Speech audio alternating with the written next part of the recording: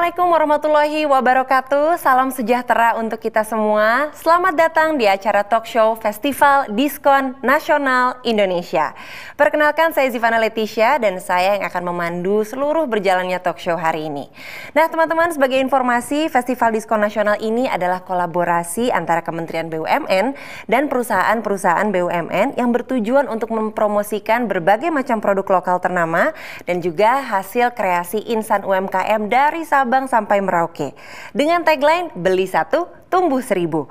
Festival Diskon Nasional ini diselenggarakan dari tanggal 16 Desember sampai 31 Desember 2020 yang akan menjadi media bagi masyarakat Indonesia untuk mendukung keberadaan pengusaha lokal dan juga UMKM. Dan tentunya untuk masyarakat Indonesia sendiri ini bisa menjadi ajang kita semua untuk mendukung, mensupport dan memajukan perekonomian dari para insan-insan UMKM Indonesia. Nah, apabila teman-teman ingin mengetahui lebih lanjut mengenai program diskon dan acara-acara menarik apa sih yang ada di sini, bisa langsung aja cek di website kami di www.festivaldiskonnasional.com. Nah teman-teman semua, untuk tema talk show hari ini kita punya pembahasan yang sangat menarik sekali dan pastinya akan dibahas oleh orang-orang yang sangat kompeten di bidangnya. Topik kita hari ini adalah seni kreativitas untuk melestarikan budaya Indonesia. Dan nanti kita juga akan mendengarkan paparan-paparan dari para expert di bidangnya dan juga ada paparan dari Menteri Pariwisata dan Ekonomi Kreatif Republik Indonesia, yaitu Bapak Wisnutama Kusubandyo. Tanpa berlama-lama lagi, untuk memulai acara, mari kita sama-sama mendengarkan welcoming speech dari Bapak Budi Harjo Idwansyah selaku Ketua Himpunan Peritel dan Penyewa Pusat Perbelanjaan Indonesia atau HIPINDO. Puji syukur kepada Tuhan Yang Maha Esa atas kehadiran kita semua pada hari ini. Salam sejahtera bagi kita semua. Yang terhormat Menteri Pariwisata dan Ekonomi Kreatif Republik Indonesia, Bapak Wisnutama Kusubandyo. Juga kepada seluruh pembicara, Ibu Feti Kwatarti, Direktur Utama PT Sarinah Persero, Ibu Sancaya Rini, selaku owner daripada Kana Goods, juga Ibu Falah Fakria, Head of Category Development Tokopedia. Hari ini adalah hari yang sangat berbahagia bagi kita semua, dikarenakan adanya suatu event yang diadakan oleh Ina Product untuk event yang bernama Innovation. HIPINDO selaku Himpunan Peritel dan Penyewa Pusat Belanja Indonesia dan saya selaku Ketua Umum sangat mendukung semua event-event yang bersifat menggerakkan perekonomian nasional. Di dalam masa COVID ini dan dalam proses pemulihan ekonomi nasional, maka event-event seperti ini, seperti Innovation yang diadakan di akhir tahun merupakan event yang sangat tepat, momentum yang sangat luar biasa. Di mana para pelaku, terutama pelaku fashion dapat memaksimalkan penjualan dan HIPINDO melihat bahwa dalam penjualan fashion adalah sangat meningkat di akhir tahun dan juga Hari Belanja Diskon Indonesia pada bulan Desember 2020 merupakan hari belanja diskon yang kedua, sangat merupakan momentum yang pas untuk penjualan fashion karena dari penjualan histori kami di tahun-tahun sebelumnya, penjualan fashion selalu meningkat pada acara Hari Belanja Diskon Indonesia.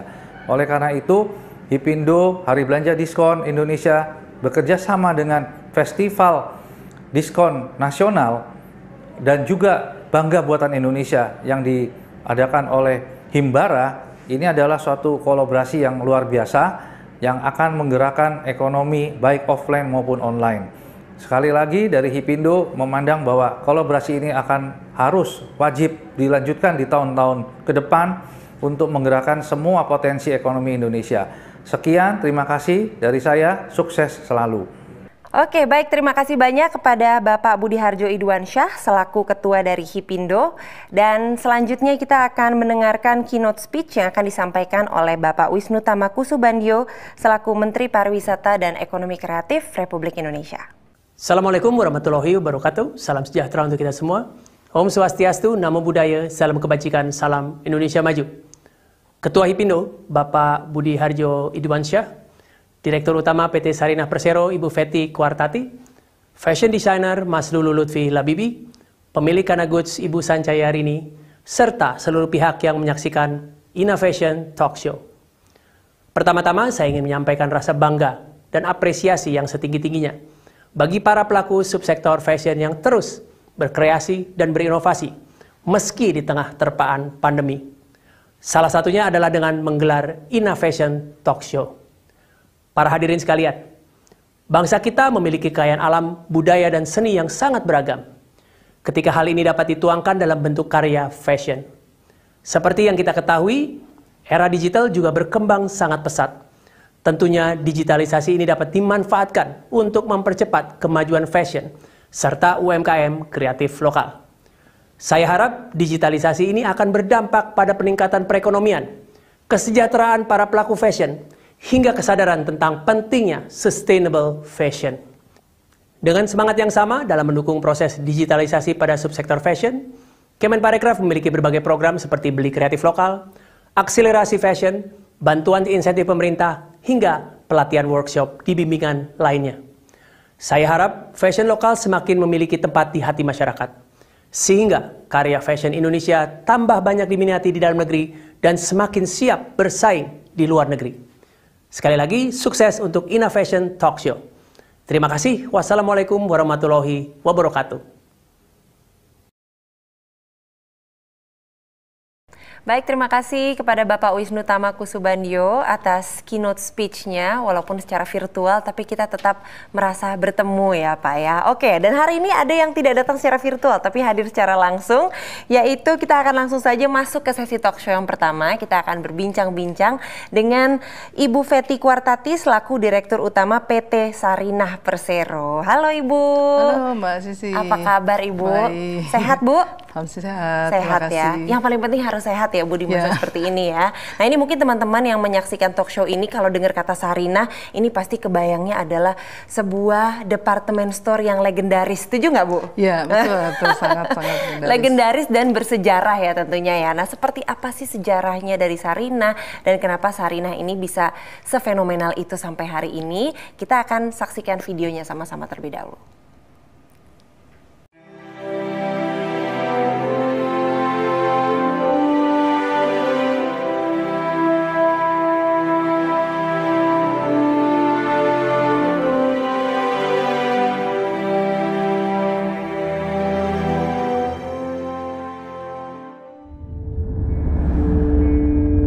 Sarinah adalah bentuk rasa percaya diri Insinyur Soekarno sebagai bangsa pemenang.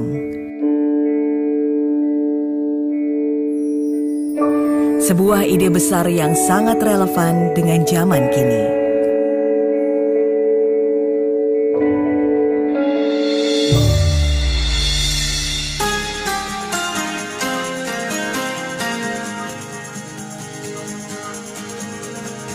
Dengan pendekatan preservasi dan adaptive reuse, placemaking Sarinah akan menjadi magnet bagi kekuatan inovasi dan kreatif lokal.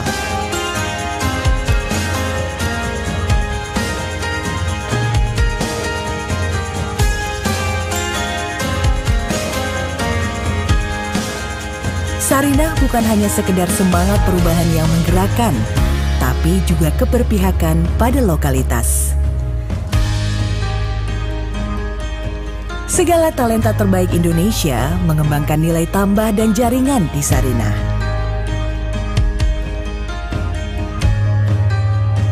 Masakan dan minuman Nusantara, ragam busana, kriya, furnitur, ragam seni, hingga produk kreatif lainnya akan memiliki etalase yang membanggakan.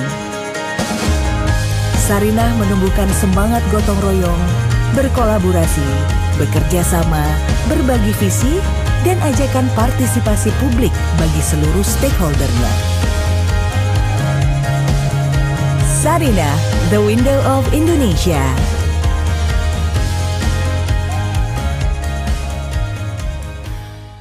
Nah itulah sedikit cuplikan mengenai Sarinah. Mungkin teman-teman lihat, itu Sarinah kok agak beda sedikit ya. Nah saya juga merasa agak beda sedikit nih. Mungkin Bu Fety di sini bisa bantu jelasin ke kita. Itu ada sedikit perubahan atau gimana Bu? Oke, ya makasih Mbak Sisi.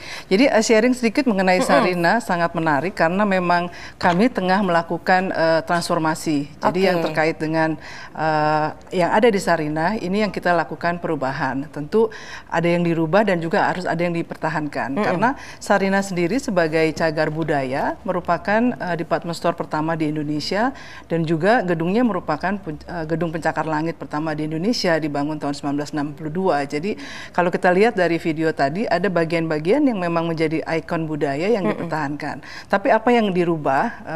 Banyak hal, terutama yang menyangkut dengan konsep bisnis. Karena gimana Sarinah bisa relevan ke zaman sekarang, ke zaman kini, dan bisa mempunyai target market yang lebih luas. Kalau dulu mungkin orang hanya orang tua yang datang ke Sarinah, tapi sekarang bagaimana seluruh masyarakat dari yang anak-anak, anak muda maupun juga orang tua bisa merasa welcome di Sarinah. Nah, itu yang kita lakukan perubahan. Lalu ada juga perubahan branding. Tadi kita lihat dari gedungnya saja sudah mencerminkan heritage meet modernitas. Nah, itu yang akan kita lihat dari semua nafas yang ada di Sarinah, yaitu bagaimana menciptakan satu heritage tapi bernafaskan modernitas. Nah, itu pun juga nanti akan terreflek di produk maupun tenan-tenan yang akan dikurasi ulang. Jadi ini adalah tempat atau lokasi yang sangat strategik yang bisa menjadi panggung karya untuk anak bangsa.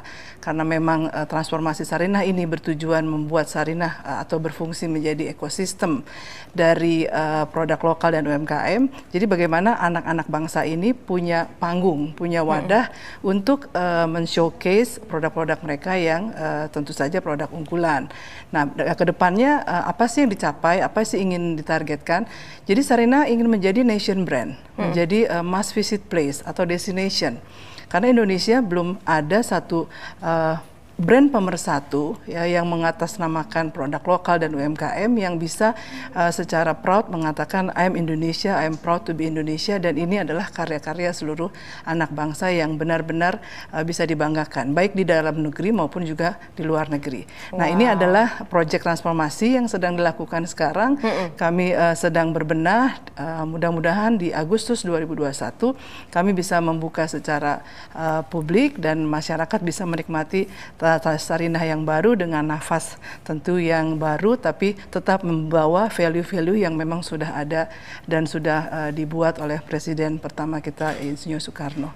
Nah, kalau kita dengar kata-kata Sarinah, itu mungkin yang kebayang itu adalah sebuah tempat bersejarah atau department store yang betul-betul melegenda gitu di Indonesia. Betul ya, Bu ya? Nah, mungkin sekarang kalau misalnya kita ngomongin Sarinah, itu juga erat kaitannya dengan fashion. Karena Sarinah ini di dalamnya selalu penuh dengan produk-produk fashion dari dalam negeri. Nah, dengan kata itu, kita akan mendengarkan presentasi dari Ibu Fetty sendiri, judulnya tentang slow fashion, membangun produk sustainable fashion dengan prinsip 3P, yaitu Profit, People, dan Planet. Seperti apa tuh kira-kira slow fashion? Silakan, Bu. Oke, makasih Mbak Sisi. Ya, menarik sekali memang Sarinah sangat erat kaitannya dengan fashion. Selain tentu ada handicraft dan juga food and beverage yang ditawarkan di Sarinah. Tapi kali ini topik yang menarik yang kita mau bahas adalah mengenai slow fashion. Bagaimana membangun produk sustainability fashion dengan prinsip 3P, yaitu Profit, People, dan Planet. Garment saat ini banyak yang belum memaksimalkan daya kreasi maupun desain secara nilai emosional dan juga kebudayaan. Nah, ini yang dihadirkan melalui slow fashion movement. Bagaimana slow fashion ini membuat satu perubahan sehingga terjadi industri fashion yang mengedepankan kualitas dan juga integritas. Nah, salah satu gerakan slow fashion yang diasung atau didukung oleh Sarinah sebagai langkah konkret, yaitu untuk mengubah lingkungan dengan kebudayaan dan juga produk-produk fashion yang berkualitas. Nah, lalu apa sih sebenarnya slow fashion itu? Nah, slow fashion itu bukan berarti fashion yang dibuat secara slowly, yang dibuat secara bertahun-tahun, tapi slow fashion adalah gerakan merancang, membuat, dan membeli garment yang mengedepankan kualitas serta integritas. Nah, gerakan ini mendukung produksi busana yang ramah lingkungan, kemudian yang respect terhadap komunitas, dan juga secara ekonomis bernilai lebih tinggi dari fast fashion. Nah, kemudian mengapa slow fashion itu patut digalakkan? Kalau kita bicara industri fashion, industri yang sangat memberikan dampak terhadap lingkungan, misalnya penggunaan karbon, kemudian juga dampak terhadap lingkungan. Nah, slow fashion yang mendukung 3P ini adalah gerakan etik production, sehingga kita bisa punya kehidupan atau lingkungan yang lebih sehat, yang lebih berdamai dengan produksi-produksi kita sehari-hari. Dan selain itu, slow fashion juga mendukung gerakan dari SDG. Nah, apa saja gerakan SDG nanti kita akan lihat, tapi faktanya adalah bahwa konsumsi industri pakaian berdasarkan data yang diperoleh dari Slow Active, bahwa industri busana saat ini bertanggung jawab sekitar 10% dari penumpukan jejak karbon secara global. Lalu rata-rata kuantitas pakaian yang dibeli di Eropa dan di Amerika per kapita per tahun berjumlah sekitar 16 kilo, dan 35% dari semua sampah mikroplastik di lautan dunia ini berasal dari pakaian dan juga tekstil.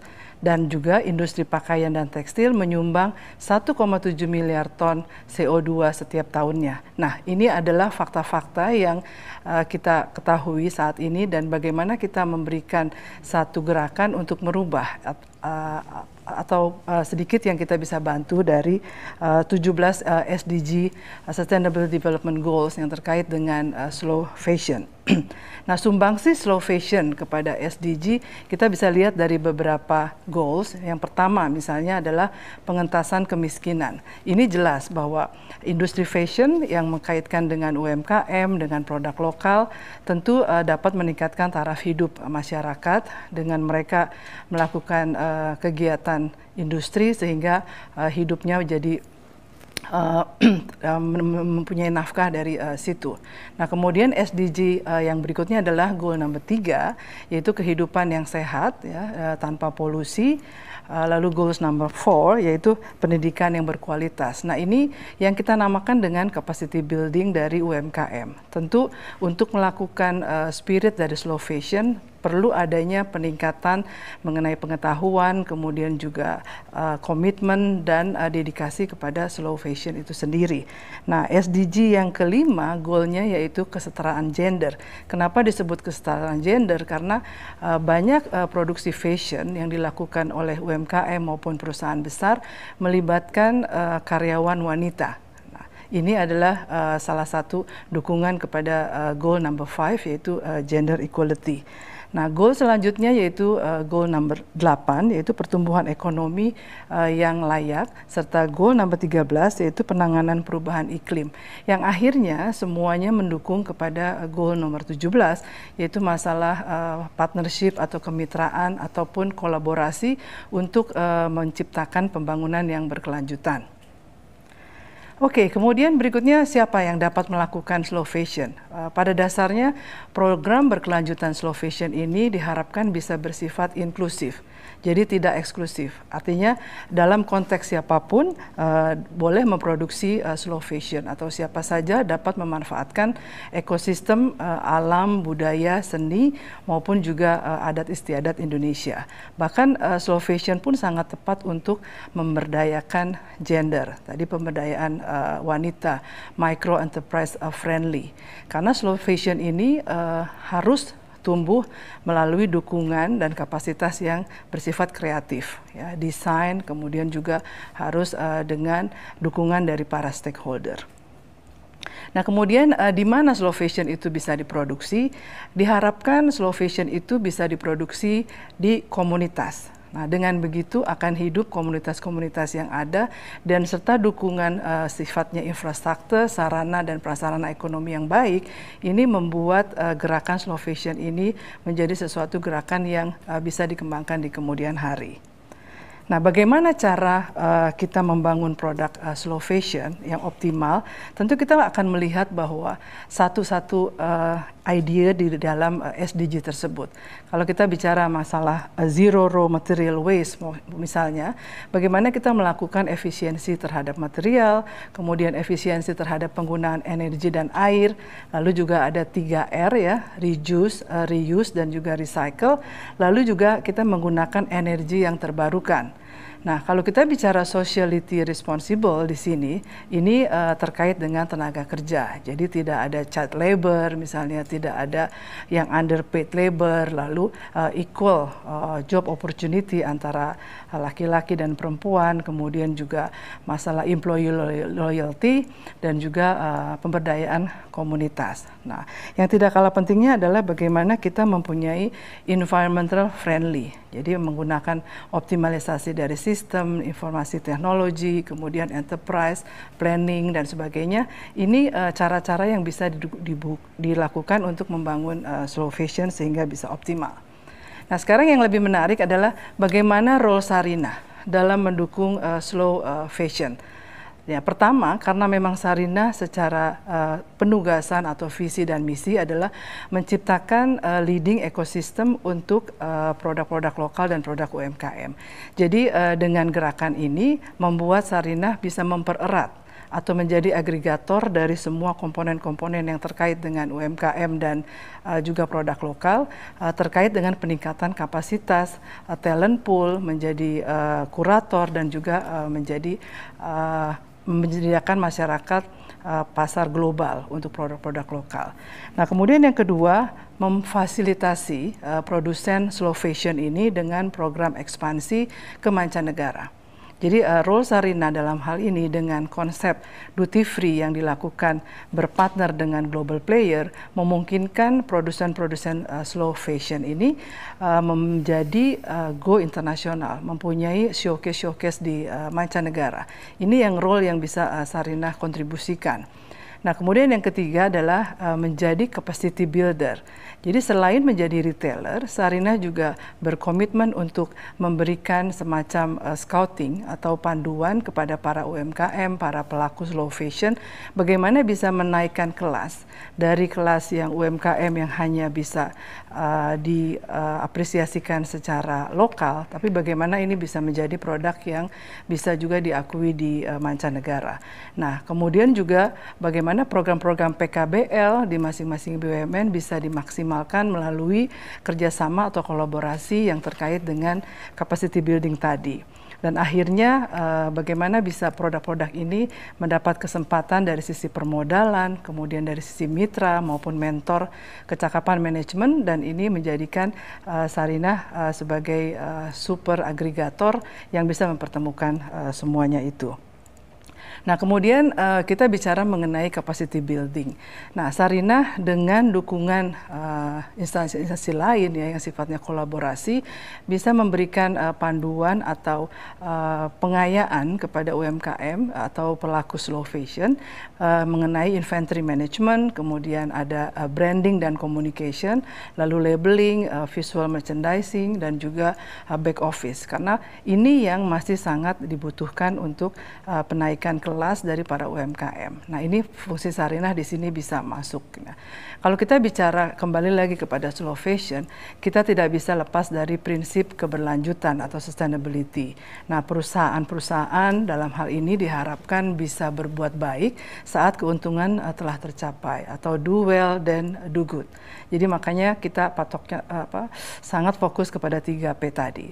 Profit harus pasti karena secara bisnis harus berkesinambungan, lalu juga people, orang-orangnya kita hargai, kita buat mereka juga sesuai dengan hak-haknya, dan bagaimana kita friendly dengan lingkungan, ya, dengan planet, sehingga dunia ini bisa menjadi tempat yang masih bisa kita berikan warisan kepada anak cucu kita. Nah, dan kemudian yang terakhir adalah bagaimana manfaat sustainability ini bagi pengrajin. Artinya kalau mereka sudah berinteraksi dengan sustainability produk, mereka akan juga mendapatkan peningkatan reputasi ya dari sisi pelanggan, kemudian juga pengurangan pengawasan dari regulator, lalu meningkatkan penjualan, otomatis market share-nya akan meningkat. Apalagi kalau kita bicara internasional, banyak dari para customer yang sangat respect masalah impact terhadap lingkungan atau value-value yang diangkat dari produk. Karena kita bicara sekarang bukan produk, tapi adalah beyond product, bukan cuma consumerism, tapi post-consumerism. Jadi apa on top of the product itself. Lalu juga kita otomatis akan terjadi peningkatan kinerja keuangan dan juga lingkungan kerja yang lebih nyaman. Nah, namun tentu ini bukan hal yang sangat mudah. Pasti perlu waktu, perlu effort yang besar. Jadi UMKM yang kita ketahui bahwa dengan modal yang terbatas, pasti sustainability ini perlu investasi. Ya, produk yang berkelanjutan ini pun juga tidak bisa selalu murah karena effort yang dilakukan sangat banyak. Tapi bagaimana kita mau memberikan apresiasi lebih dengan membayar lebih kepada produk-produk yang memang sudah menjunjung tinggi sustainability, dan bagaimana kesadaran itu kita munculkan kepada benak dari setiap consumer. Nah, kemudian bagaimana mengukurnya? Ini juga sesuatu yang masih menjadi PR, dan juga bagaimana merubah metode produksi yang selama ini bertahun-tahun sudah berjalan seperti itu, tapi harus dilakukan satu perubahan. Nah, intinya apa yang kita bisa lakukan bahwa mindset kita harus berubah. So we need to change. Apanya yang dirubah? The way we think, the way we conduct, the way we react terhadap lingkungan, itu yang harus dirubah. Jadi pada saat ini adalah saatnya fashion bertransformasi. Demi anak cucu kita, kita akan membawa industri tekstil dan juga busana ke arah yang lebih baik. Bagaimana menggalakkan bisnis busana fashion ini sehingga ini menjadi bisnis fashion yang berkelanjutan. Kira-kira seperti itu gambaran mengenai slow fashion, lalu juga peran Sarinah, dan yang sangat dibutuhkan adalah kolaborasi, partnership maupun juga dukungan dari semua pihak sehingga kita mengarah ke sesuatu yang lebih baik. Kita bisa naik kelas dan kita bisa bersaing di global market. Kira-kira seperti itu. Terima kasih. Oke, terima kasih banyak Ibu Fetty atas presentasinya. Ini betul-betul presentasi yang eye-opener ya, yang sangat membuka mata kita semua bahwa ternyata ada loh yang namanya slow fashion, ada yang namanya kita tuh menciptakan baju berkarya bukan hanya untuk mencetak, kita berproduksi banyak dengan seefektif mungkin, dengan income sebanyak mungkin, tapi kita nggak memikirkan limbah yang kita ciptakan, begitu ya Bu ya. Jadi seperti tadi Bu Fetty sampaikan, ternyata banyak sekali manfaatnya apabila kita betul-betul menjalani slow fashion ini. Dari sisi produsennya punya manfaat, dari kita sebagai konsumen pun pasti kita punya manfaatnya. Kita jadi merasa lebih berkontribusi kepada planet kita yang kita tinggali sendiri. Dan tadi dari dukungan dari Sarinah juga sudah dipaparkan oleh Bu Fetty bahwa Sarinah ini sangat mendukung ya Bu, 100% mendukung kreasi para pengrajin-pengrajin lokal ini untuk bisa mencapai titik yang matang gitu, bahkan untuk bisa dibawa ke kancah internasional. Ini menarik sekali Bu, tapi saya juga punya pertanyaan nih ke Bu Fetty. Saat ini kan tidak bisa dipungkiri teknologi semakin lama semakin berkembang. Sarinah yang tadinya orang ramai ke sana, sekarang mungkin Sarinah sudah bertransformasi, memiliki Sarinah di platform digital juga ya Bu ya. Nah sebetulnya apa sih Bu, mungkin bisa dikatakan bagaimana para pengrajin-pengrajin lokal ini bisa memanfaatkan teknologi Bu di era digital seperti ini? Oke, ya jadi salah satu transformasi yang dilakukan adalah digital, ya, digitalisasi atau bagaimana kita melakukan sesuatu itu lebih berbeda dari yang sebelumnya. Jadi ini pun juga tidak kalah penting untuk UMKM ketahui. Jadi sebagai inisiatif baru Sarinah, setelah transformasi Sarinah pun akan mempunyai platform-platform digital seperti Sarinah Online maupun Sarinah Mall. Ini adalah bentuk langkah konkret bagaimana bisa memelekkan para UMKM dengan era teknologi dan digital saat ini. Jadi Sarinah selain sebagai offline store yang bisa menjadi showcase atau display dari para produk UMKM dan lokal, juga bisa menjadi hub antara sourcing lokal dengan international buyer melalui digital platform yang dimiliki Sarinah maupun juga kerjasama dengan pemain-pemain besar marketplace maupun juga pemain internasional dalam hal digital. Jadi ini juga sesuatu hal yang akan dimasukkan ke dalam capacity building yang Sarinah akan conduct, bagaimana mereka bisa familiar dengan digitalisasi, tidak harus dengan teknologi yang canggih, investasi yang besar, tapi ini adalah sesuatu perubahan yang mau tidak mau kita harus alami. Ini adalah bentuk akselerasi sehingga produk-produknya bisa sampai di customer dengan lebih cepat. Oke, ini proses adaptasi juga pasti ya Bu ya, dari Sarina sendiri dan juga pastinya dari para pelaku UMKM sendiri. Bu, kalau untuk strategi memaksimalkan sumber daya lokal dalam industri tekstil dan pakaian jadi, dari Bu Fety ada tips nggak Bu? Ya.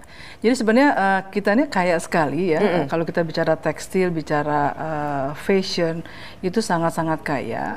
Hanya saja memang kita harus sekreatif mungkin merubah angle yang mau diangkat. Nah saat ini kita tidak bisa lagi bicara hanya produk, tapi adalah beyond produk. Jadi tekstil ini kita bawa dengan satu narasi, kita kaitkan dengan emosional kebudayaan kita, kemudian kita juga kaitkan dengan value-value yang mau diangkat dari situ, kemudian atau impact-nya, traceability. Jadi ini bentuk-bentuk creativity yang kita harus lihat after COVID ini. Jadi dengan adanya COVID membuat ini menjadi lebih cepat terrealisasi, dan itu yang kita harus tanamkan juga kepada UMKM dan pelaku industri fashion lokal. Oke, sebetulnya apa sih Bu pentingnya ya? Maksudnya mungkin slow fashion ini sesuatu yang tren gitu di zaman sekarang di kalangan anak-anak muda mungkin. Kenapa kira-kira menurut Ibu fashion ini trennya bergeser menjadi seperti ini sekarang? Mungkin dulu prinsip ekonominya berbeda gitu ya. Yang penting pokoknya memproduksi sebanyak-banyaknya, dapat uang sebanyak-banyaknya gitu Bu.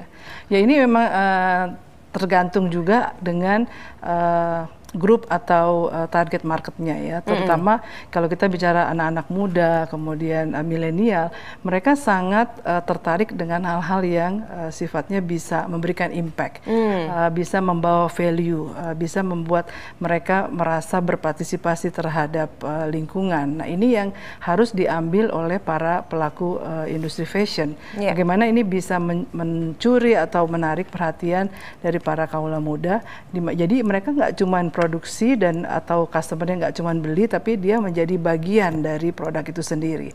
Jadi dengan dia melakukan recycle, reuse seperti itu atau reproduce, itu sudah memberikan kontribusi terhadap planet, dan itu yang membuat mereka menjadi bangga dan akhirnya mereka bisa menghargai produk tersebut. Oke, jadi bukan lagi cuma masalah produk, tapi bagaimana cerita di balik produk itu ya, pembuatannya seperti apa, dan bagaimana kita sebagai konsumen juga ikut bertanggung jawab atas produk-produk yang kita beli. Wah, ini akan jadi satu lembaran baru fashion yang seru sepertinya ya Bu ya. Kedepannya akan semakin seru, walaupun tantangannya juga pasti akan berbeda. Bu Fety, terima kasih banyak atas sharingnya hari ini. Presentasinya sangat bermanfaat, dan semoga untuk teman-teman pelaku UKM siapapun yang menyaksikan talk show ini bisa dicatat tuh ya poin-poin penting dari Bu Fety. Oke, terima kasih banyak. Setelah ini kita masih akan ada talk show lainnya. Jangan kemana-mana.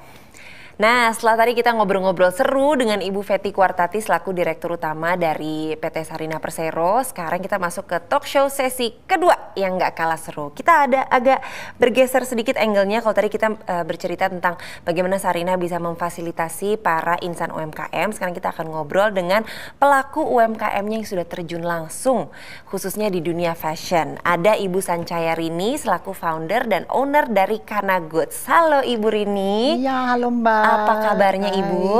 Sehat? Sehat, alhamdulillah. Sehat ya, sehat terus loh Bu Rini. Ini tadi masuk ruangannya langsung menyebarkan auranya positif banget. Apa Bu rahasianya biar fit terus? Sepedaan. Oh, goes. Goes tiap hari? Iya, nggak tiap hari sih, 2 hari sekali. Oh oke, wah ini patut ditiru nih ya teman-teman ya.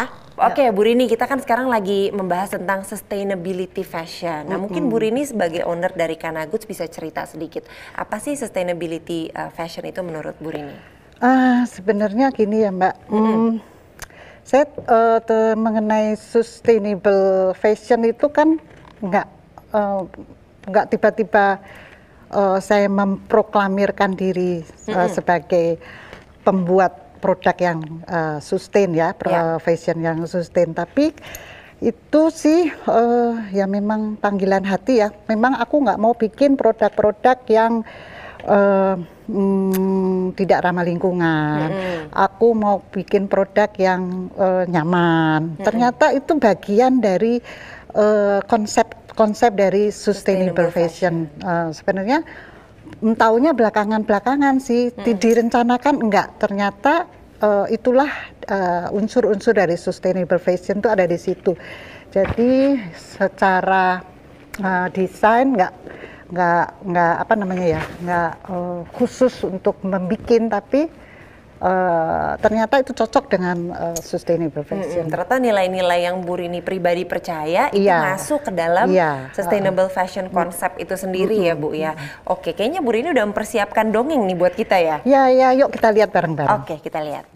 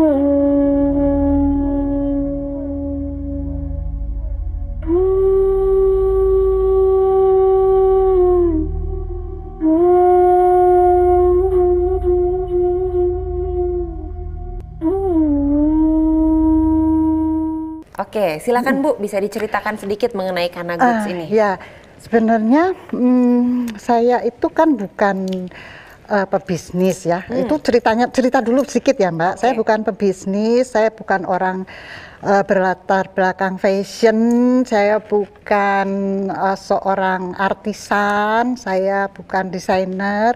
Tapi karena saya cinta batik, saya berusaha untuk mempelajari batik itu apa sih gitu kan. Terus saya belajar di museum tekstil. Museum tekstil itu kan apa namanya ya? Tempat kita bisa belajar banyak tentang tekstil Indonesia.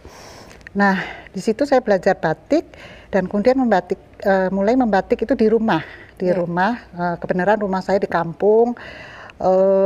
Saya belajar waktu itu dengan batik dengan menggunakan warna kimia. Ternyata belakangan, wah ini merusak lingkungan kita sendiri ini limbahnya gitu kan. Apa Bu yang paling berasa dulu tuh? Kenapa? Merusaknya itu air buangannya itu ya, air buangan dari pewarnaan itu kan benar-benar merusak air tanah kita ya. Dan tangan kita itu rusak dibuat oleh si limbah itu tadi. Nah, kemudian saya berpikir kayaknya pasti ada sesuatu yang lebih ramah lingkungan, lebih sehat buat lingkungan. Dan saya mencari tahu lagi tuh ke museum. Jadi kita harus sering-sering ke museum karena banyak ilmu yang di situ ya Mbak yang kita dapat.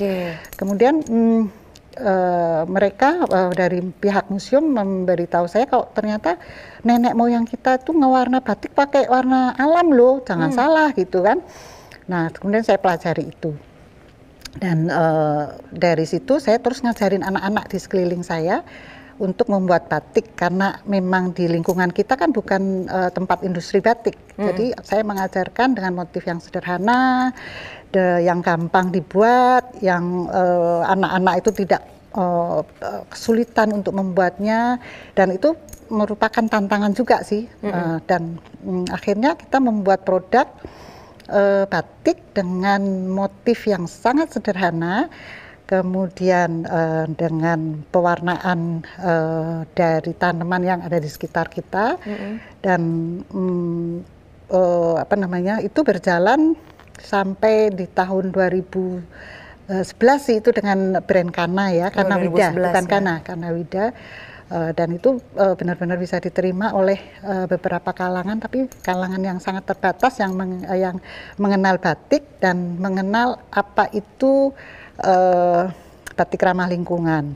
Nah, kemudian di 2011 saya mulai bikin produk untuk anak-anak muda nih, karena saya pikir kalau bukan anak-anak muda nih, siapa lagi yang akan meneruskan apa namanya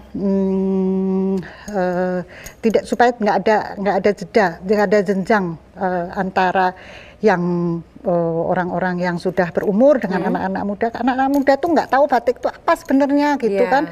Jadi ini kayaknya aku harus memperkenalkan ke anak-anak muda, kemudian membuat brand Kana itu tadi. Nah, karena waktu itu trennya sedang warna biru, saya bikinlah warna biru yang berasal dari tanaman indigo vera dengan brand Kana itu tadi. Itu lahirnya si Kana itu di situ. Jadi semua pewarna dari tanaman, Bu? Iya, dari semua dari tanaman, dari kayunya, dari kulit buahnya, dari daunnya, kemudian dari buahnya juga ada. Jadi semuanya dari tanaman. Dan kita memang berkomitmen untuk terus bertahan dengan warna-warna alam itu, karena memang warna alam itu sangat menarik ya. Kita tuh kan sumber daya alamnya luar biasa di Indonesia tuh, banyak banget kalau kita mau ulik atau kita cari ya, banyak banget sebenarnya. Tapi kalau sampai sekarang kalau lihat semua karya-karyanya dari Kana Goods itu kan memang kebanyakan warnanya seperti yang Ibu pakai sekarang ya, biru gitu. Biru. Apa memang mau stick di warna itu aja, apa udah mulai ke warna-warna lain? Jadi sebenarnya saya pengen warna-warna lain karena banyak banget warna yang bisa dihasilkan ya. Bisa terakota, bisa kuning, bisa hijau, bisa ungu. Asal kita mau nyampur warna seperti kita nyampur cat air itu ya.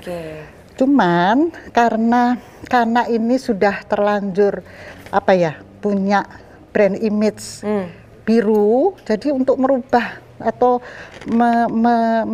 memasukkan warna-warna lain itu agak kerepotan juga sih.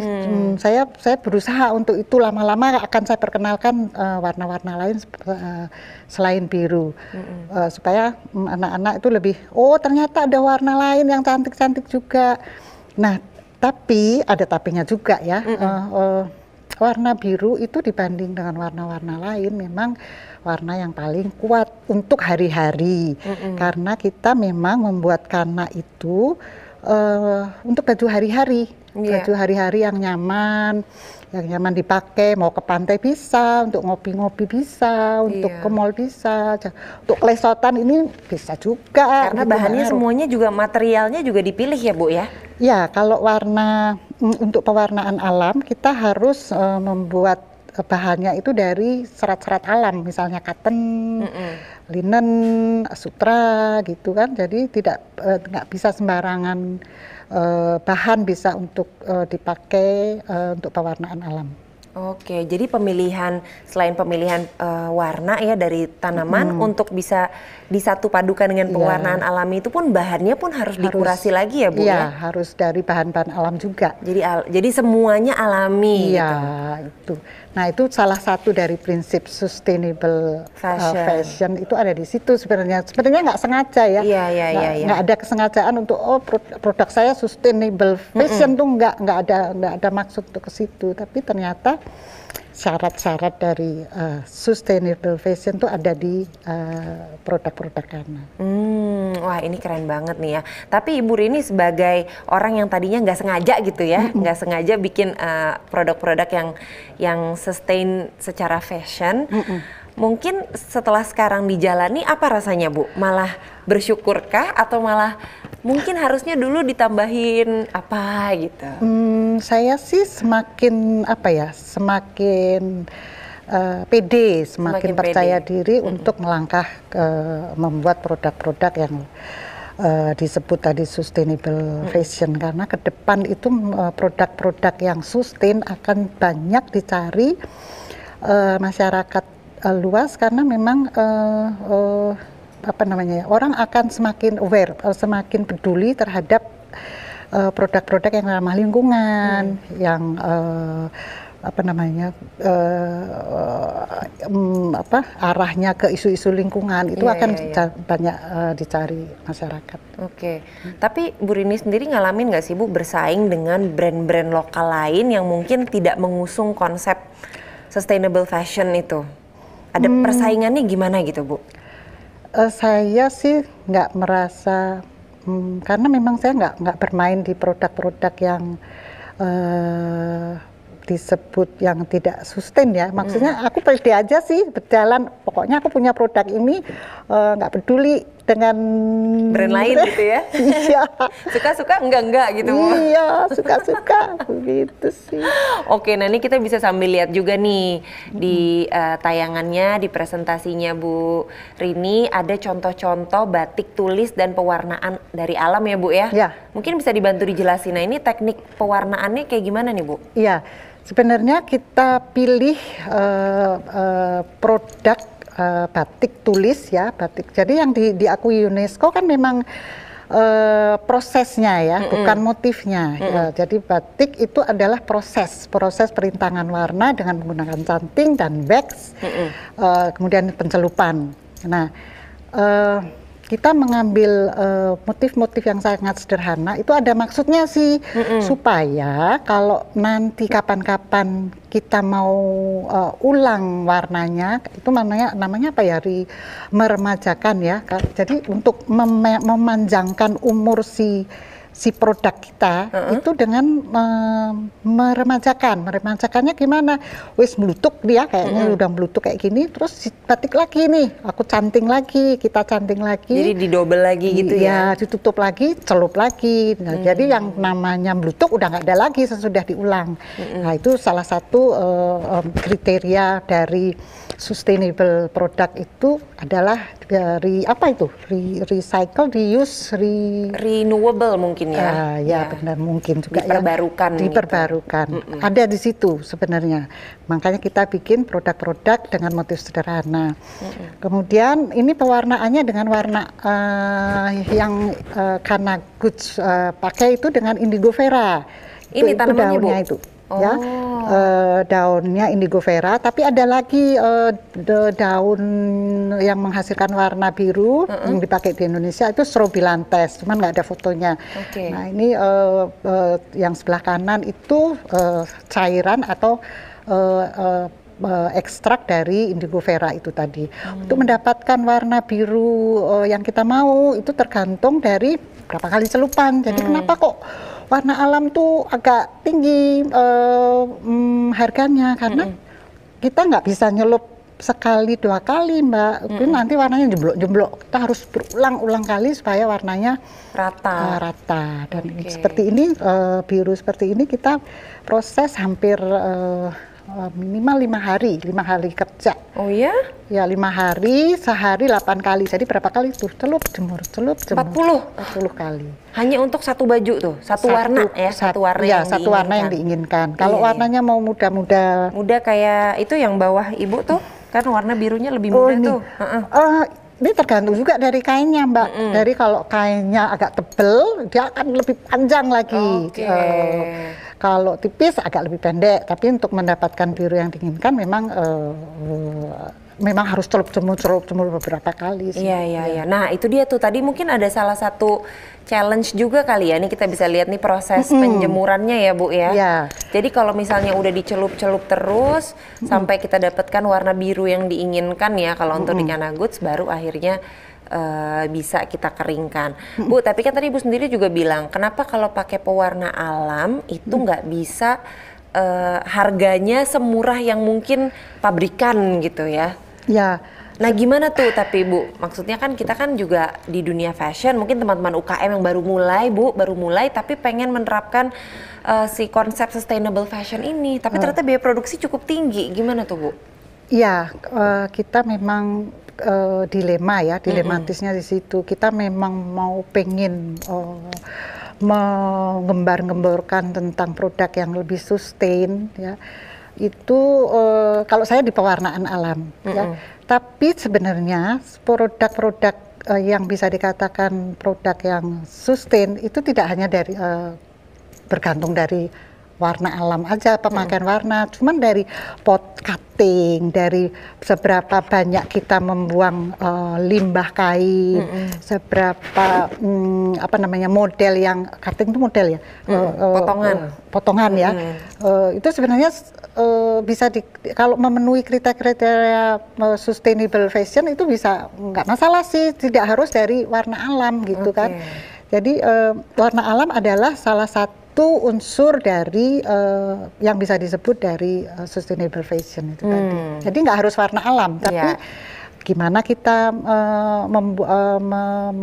pemakaian airnya, bagaimana kita menggunakan energinya, macam-macam sih Mbak. Kalau cerita hanya beberapa menit di sini nggak habis-habis, nggak cukup waktunya. Jadi mungkin untuk teman-teman UKM bisa dipilih aja tuh ya, kira-kira dari angle-angle mana yang mau dikategorikan sebagai sustainable fashion. Paling nggak itu gitu ada 10 syarat yang saya pelajari ya, 10 syarat untuk menjadi produk yang bisa disebut sustainable fashion. Itu kita dapat 7 aja udah bagus banget gitu. 7 dari 10 itu tadi. Oke, 7 dari 10 itu udah masuk dalam produk sustainable fashion ya. Oke, Bu, tapi sekarang kalau menurut Ibu tantangannya apa sih Bu untuk kita sebagai produsen yang pengen mengeluarkan produk-produk yang ramah lingkungan di Indonesia? Sebenarnya memperkenalkannya itu ke masyarakat ya.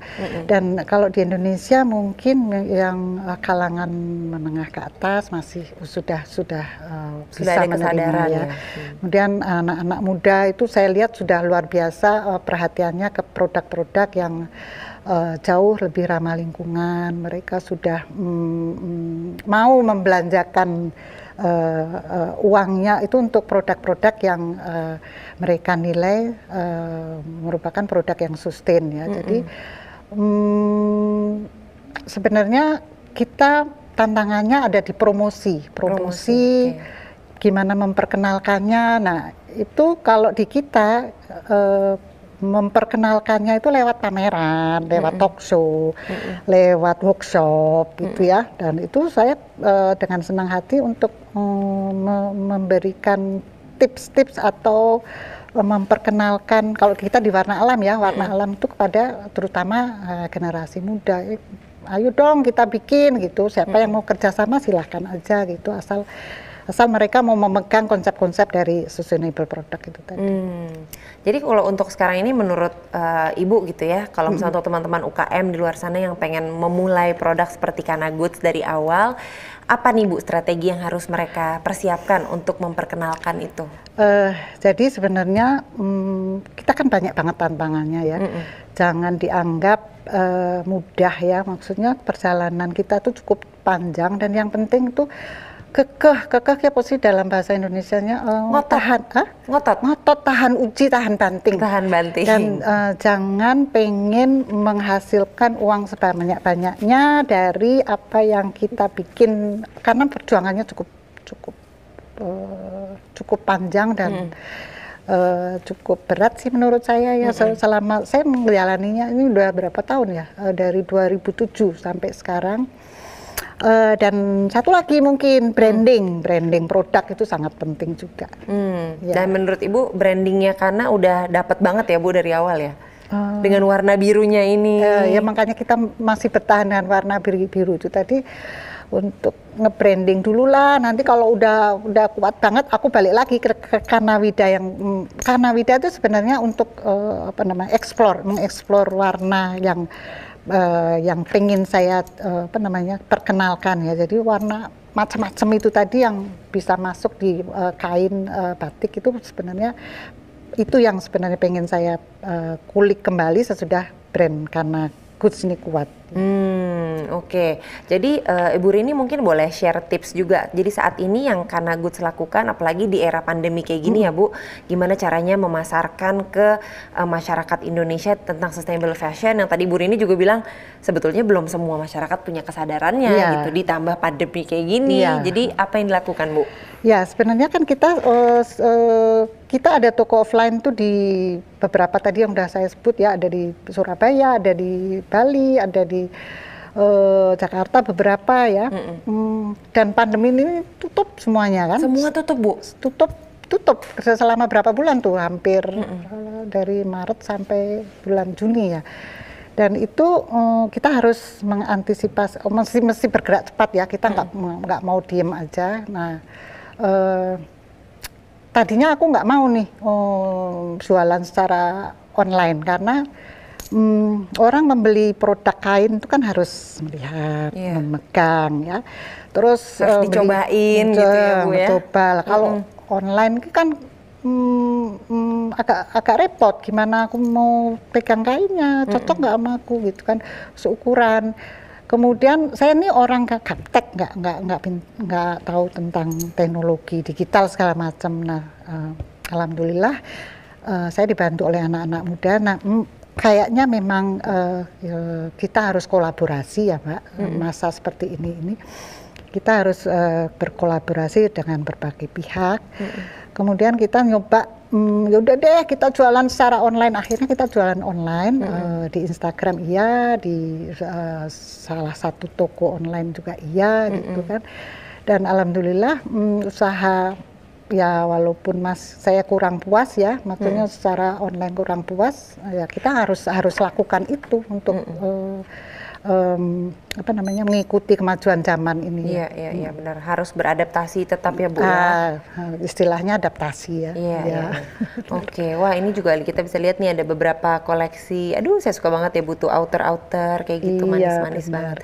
Mungkin abis ini saya langsung buka Instagramnya Kanagut saja kan? Harus dong.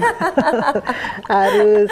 Oke, iya teman-teman, itu dia tadi obrolan saya dengan Ibu Rini selaku founder dari Kanagut. Banyak sekali ya yang bisa kita dapatkan hari ini. Bu Rini cerita pengalamannya dari yang mungkin hanya idenya sederhana ya, hanya ingin memperkenalkan, hanya karena suka batik dan ingin memperkenalkan batik kepada anak-anak muda, tanpa disadari yang dilakukan Bu Rini ini adalah sejalan dengan konsep sustainable fashion. Jadi untuk teman-teman UKM di luar sana yang pengen terjun juga ke dunia fashion, khususnya di bidang sustainable fashion, sudah ada contohnya dan tetap bisa bertahan sampai hari ini dengan satu tipsnya tadi ya Bu, tetap bisa beradaptasi di situasi apapun dan kolaborasi, jangan lupa. Oke, terima kasih banyak Ibu Rini. Sama-sama. Sukses terus, sehat terus, yang paling penting tetap sepedahan tiap hari ya Bu. Iya.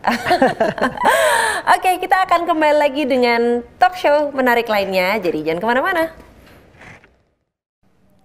Nah, untuk talk show ketiga nggak kalah menarik juga nih. Kita akan bersama-sama menyaksikan talk show dengan tema peran e-commerce dalam pengembangan industri tekstil dan pakaian jadi, yang akan disampaikan langsung oleh Ibu Falah Fakria selaku Head of Category Development Tokopedia. Langsung saja kita saksikan video berikut ini. Assalamualaikum warahmatullahi wabarakatuh. Pertama-tama saya ingin mengucapkan terima kasih kepada Ina Product selaku panitia penyelenggara talk show dan Hipindo sebagai pendukung talk show dan penggagas Hari Belanja Diskon Indonesia. Terima kasih telah mengajak dan mempercayakan Tokopedia sebagai platform nasional yang turut serta mewujudkan pemerataan ekonomi di Indonesia, terutama bagi pelaku usaha industri fashion dan tekstil. Saya Falah Fakria, selaku Head of Fashion kategori di Tokopedia, sangat bangga bisa hadir secara virtual untuk sharing mengenai peran e-commerce dalam pengembangan industri fashion dan tekstil di Indonesia. Sebelum saya menuju ke detail peran e-commerce, saya mau memberi konteks sedikit tentang e-commerce di Indonesia. Indonesia itu negara yang memiliki potensi yang luar biasa. Jumlah penduduk kita sangat banyak sekali dan mayoritas itu berada di usia produktif. Ditambah lagi dengan penetrasi handphone yang sudah mencapai 91% dan penetrasi internet yang hampir mencapai 65%. Dan ini data di tahun 2018. Jadi di 2020 pastinya sudah jauh lebih besar. Nah, dengan penetrasi internet yang sudah mencapai 65% ini, ternyata penetrasi e-commerce itu baru 5% saja. Ini menunjukkan bahwa e-commerce masih memiliki potensi yang sangat besar ke depannya, apalagi ditambah dengan kondisi pandemi ini yang sebenarnya menyebabkan digitalisasi e-commerce itu bertumbuh lebih cepat lagi. Tokopedia sendiri sudah hadir di Indonesia selama kurang lebih 11 tahun. Selama 11 tahun ini, misi kami selalu sama, yaitu untuk mencapai pemerataan ekonomi secara digital. Bagaimana caranya Tokopedia membantu mencapai pemerataan ekonomi secara digital? Salah duanya, di antara banyak hal yang kami lakukan adalah menyediakan berbagai macam pilihan metode pembayaran yang lengkap dan pilihan logistik yang lengkap. Kenapa dua ini sangat penting untuk pemerataan ekonomi secara digital? Yang pertama adalah untuk metode pembayaran. Kita semua tahu bahwa Indonesia itu penetrasi kredit card sebenarnya lumayan rendah ya. Dan sebenarnya kita banyak sekali penduduk Indonesia yang unbankable atau belum mempunyai bank account. Di sini bisa dilihat bahwa metode pembayaran kami itu sangat banyak sekali karena kami tahu bahwa tidak semua orang mempunyai bank account, tidak semua orang mempunyai credit card atau debit card. Maka di antaranya kita juga ada cash payment options melalui Indomaret, atau Midi, Alfamart. Kami juga ada internet banking dan wallet, dan kemudian kita juga ada digital wallet.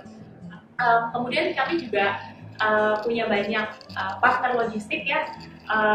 Partner logistik ini mencakup same day delivery, instant delivery, dan kita juga ada selain regular kita juga ada tracking.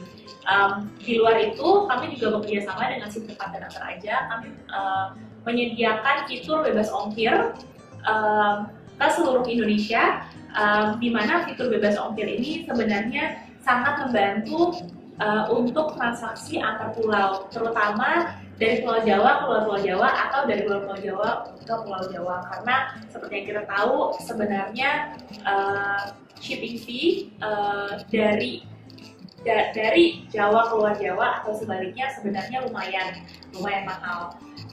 Jadi itu adalah sedikit dari cara kami mendukung pemerataan ekonomi secara digital. Tokopedia sendiri berperan aktif membantu pelaku usaha tetap berjualan di tengah pandemi seperti ini. Mungkin bisa dilihat juga di slide saya bahwa kami mengalami kenaikan dalam jumlah merchant yang berjualan fashion di Tokopedia, yang juga diiringi oleh kenaikan transaksi fashion di Tokopedia yang jumlahnya lumayan signifikan.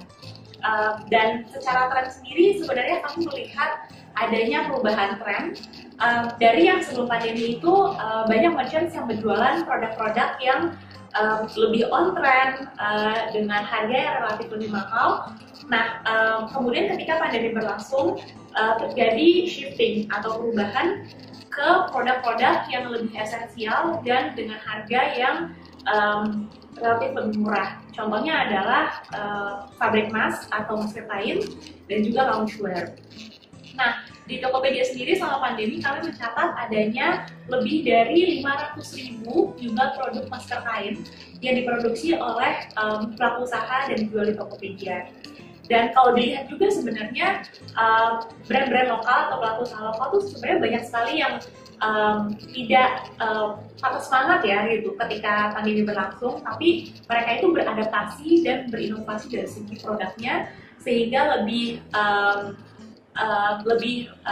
relate terhadap kondisi pada saat ini. Mungkin bisa dilihat dari sedikit dari brand lokal yang bisa saya kasih contohnya mungkin ya. Sebenarnya di luar sana masih banyak nih brand lokal yang beradaptasi dan berinovasi. Contohnya adalah Melekasi Jiwa. Jadi Melekasi Jiwa ini mereka memproduksi cutlery set atau set alat makan yang ada pouchnya, dan pouchnya itu juga sesuai dengan identitas brandnya mereka sendiri ya, dengan ilustrasi yang sangat bagus dan lucu. Terus kemudian kita juga ada Batik Kultur. Jadi Batik Kultur ini adalah brand lokal yang memproduksi pakaian batik, tapi ketika pandemi berlangsung mereka juga memproduksi fabric mask atau masker kain, dan motifnya dan macamnya dan ukurannya banyak sekali dan berbeda-beda.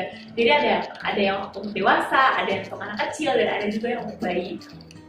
Di sini contohnya salah satunya adalah masker pantun mereka yang baru saja launching. Terus kemudian kita juga punya Okainku. Okainku itu adalah brand lokal yang menjual produk batik dan lurik. Di sini Okainku bukan hanya menjual pakaian, mereka juga bikin matching set di mana pembelinya bisa beli satu set masker dan juga pakaiannya. Kemudian kita juga punya Aleza Label. Kalau di sini Aleza Label itu membuat new normal kit pada saat itu ketika PSBB sudah mau selesai atau pindah ke PSBB transisi, maka Aleza ini memproduksi dan menjual new normal kit supaya pembeli-pembeli mereka bisa beradaptasi dengan lebih cepat dengan keadaan new normal. Jadi di sini hanya sedikit ya contoh yang bisa saya berikan. Sebenarnya di luar sana masih banyak brand-brand lokal yang sangat inovatif dan mereka beradaptasi dengan sangat baik terhadap kondisi pandemi. Nah, untuk pelaku-pelaku usaha yang mungkin belum pernah berjualan online di e-commerce, atau mungkin yang baru mulai nih berjualan di e-commerce, pasti ada pertanyaan, bagaimana sih caranya menggunakan dan memaksimalkan e-commerce untuk berjualan produk fashion dan tekstil. Di sini saya bisa memberi sedikit tips bagaimana berjualan di e-commerce. Yang pertama adalah bangun kehadiran online. Kehadiran online itu apa? Bukan hanya ketika saya buka toko di Tokopedia, oh ya sudah selesai, pembeli akan datang dengan sendirinya. Tapi juga buka atau buat akun di sosial media. Kenapa? Karena sebenarnya platform yang berbeda mempunyai masa atau audiens yang berbeda. Jadi semakin banyak platform yang Anda buka, platform yang Anda punya, semakin besar potensi Anda untuk me-reach lebih banyak lagi audiens atau masa dengan segmen yang berbeda-beda juga gitu. Jadi selain Tokopedia, Anda juga harus membangun brand Anda di social media secara online. Kemudian yang kedua adalah gunakan foto yang menarik dan deskripsi yang jelas. Kenapa harus ada foto yang menarik dan deskripsi yang jelas? Ini adalah perbedaan antara pembeli ketika membeli di toko fisik atau membeli online. Ketika pembeli di toko fisik kan mereka bisa pegang sendiri bahannya, mereka bisa coba apakah sesuai ukurannya dengan mereka. Nah, ketika berjualan online, pembeli tidak bisa pegang bahannya dan tidak bisa mencoba secara langsung. Jadi yang mereka andalkan adalah foto dari produk tersebut. Jadi Anda bisa memberikan kemudahan kepada pembeli gitu ya, dengan memberikan foto yang bagus, inspirasional, dan bukan cuma itu, tapi ada berbagai sisi fotonya biar pembeli juga bisa melihat, oh kalau dilihat dari belakang produknya seperti ini, kalau dilihat dari samping produknya seperti ini. Kemudian yang kedua adalah deskripsi yang jelas, terutama untuk produk-produk yang dengan ukuran ya, karena kan pembeli tidak bisa coba, jadi diharapkan memang varian ukurannya dan detail ukurannya itu dicantumkan di deskripsi dengan jelas agar pembeli juga merasa lebih yakin nih ketika membeli. Kemudian yang ketiga adalah pelayanan yang bagus atau customer service yang bagus. Kenapa? Balik lagi ke poin kedua tadi, pembeli itu ketika membeli tidak bisa pegang barangnya, tidak bisa mencoba juga. Jadi secara natural pasti banyak nih pembeli yang bertanya ke penjual. Mungkin itu tentang ukuran produknya atau bahan produknya atau warna produknya gitu kan. Nah, di sini yang mungkin saya harus tekankan adalah kecepatan membalas atau kecepatan respons. Karena biasanya apalagi untuk produk fashion ya, pilihan di luar sana kan banyak sekali gitu ya. Ketika pembeli itu tertarik dengan satu produk, terus dia bertanya, terus kemudian kita langsung menjawab atau tidak seresponsif itu, mungkin mereka akan mencari produk lain atau browsing barang-barang lain gitu. Terus kemudian mereka udah lupa nih dengan produk yang mereka tanyakan. Jadi kecepatan membalas pesan juga sesuatu yang penting untuk pelaku usaha fashion. Kemudian juga adalah penanganan komplain.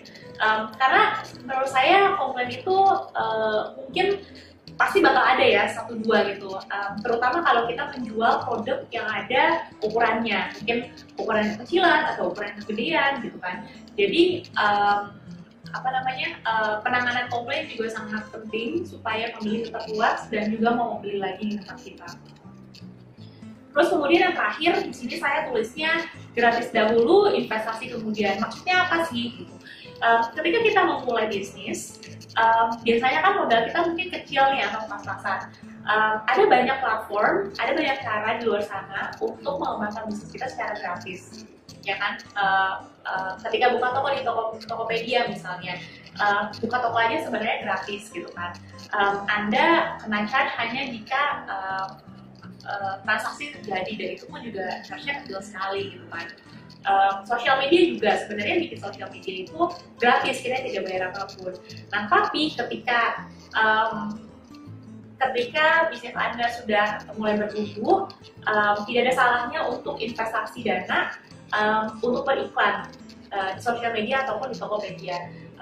Kenapa? Karena ini adalah salah satu cara untuk membuat bisnis tetap bertumbuh dan bertumbuh dengan lebih cepat. Terakhir sebagai penutup, kami percaya sekali bahwa potensi e-commerce di Indonesia itu sangat-sangat besar. Kalau dilihat di sini sebenarnya diperkirakan manfaat finansial dari e-commerce itu sendiri bisa mencapai $20 miliar di tahun 2022. Kami juga e-commerce juga membantu menciptakan lapangan kerja. Di sini estimasinya sekitar 26 juta lapangan pekerjaan di 2022. Hal lain yang kami sebenarnya sangat percaya di Tokopedia adalah kami memberikan manfaat yang luar biasa kepada konsumen, terutama untuk konsumen di luar Jawa, di mana seperti yang tadi saya bilang, sebenarnya banyak sekali produk-produk di luar Jawa yang mungkin tidak tersedia atau tersedia dengan harga yang lebih mahal.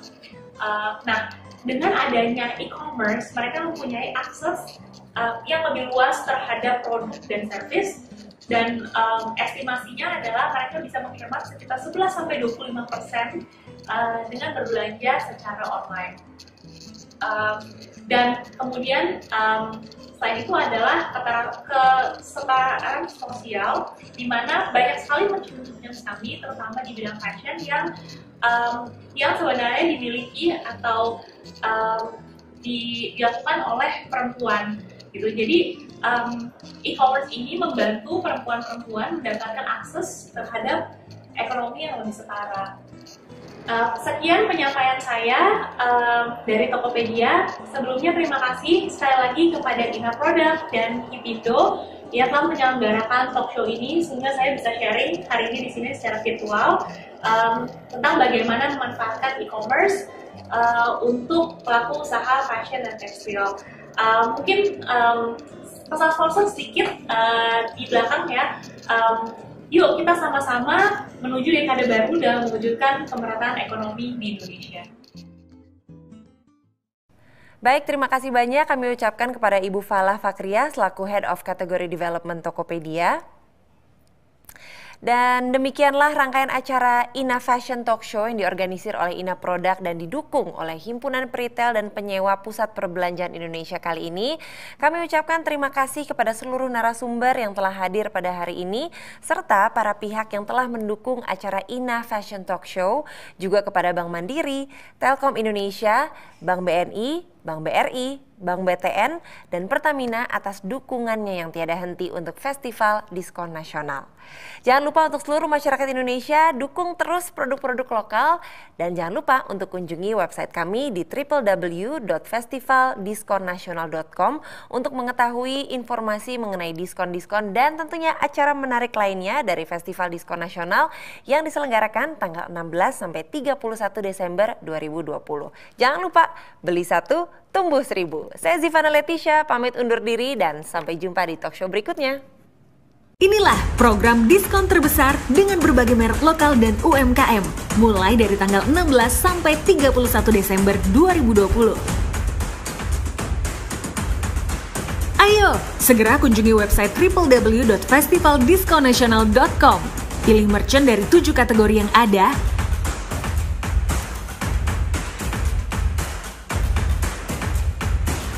Cari merchant favorit kamu, klik platform belanja yang disediakan, dan nikmati berbagai diskon luar biasa, serta ribuan promo menarik lainnya.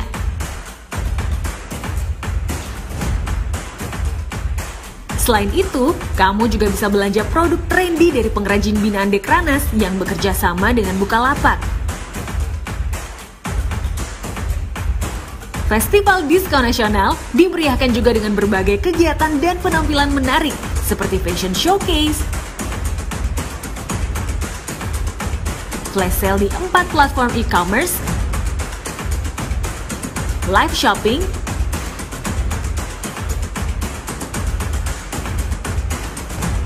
talk show,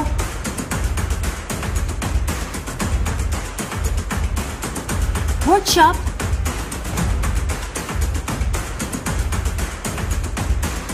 lelang,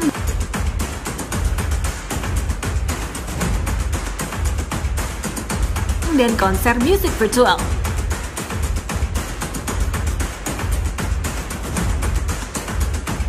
Semuanya dapat disaksikan di www.festivaldiskonnasional.com. Beli 1, tumbuh 1000.